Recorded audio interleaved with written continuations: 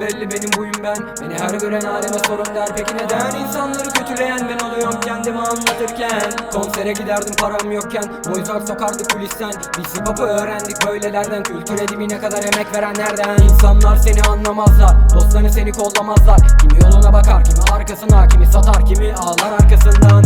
Sakin ol lan usta, aynı benzerin var tıpkı kopya kağıdı. Kapatıp aç bir boklu ağzı, dönsün aynı filmi sarsın, çok mutlu sansın. Tek mi kaldım, tek bir şansım olsun, varsın kalsın tek bir dostum. Arkamda sağlam olduktan sonra istemem yanıma manitamı lazım. Sanki tanımıyorsun keke, ben kafamı koyduysam ölsem yapardım. Fark ederse siktir git, bozuk aldım evet, sıkıysa kapatsın.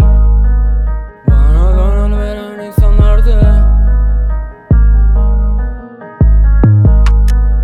Ben mi deliyim, stüdyomda yattım sadece, kimseye hiçbir zararım dokunmadı. Bana zarar veren insanlardı, çünkü hep senin kafada vardı. Ben mi deliyim, stüdyomda yattım sadece, kimseye hiçbir zararım dokunmadı.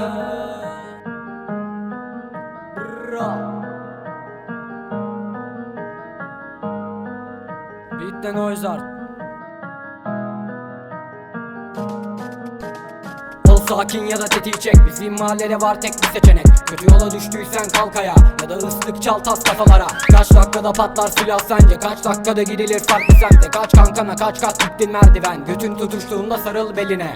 İnsanlar seni kötü bilir ama birileri buna sebep olabilir. Ya da sal düşünmeyi, bir sal yap istediğini, insanları sal. Sallanma sakın, saf sata kalma. Dik dur her zaman aptala yatma, başlattığın savaştan asla geri çekilmeyi planlama asla.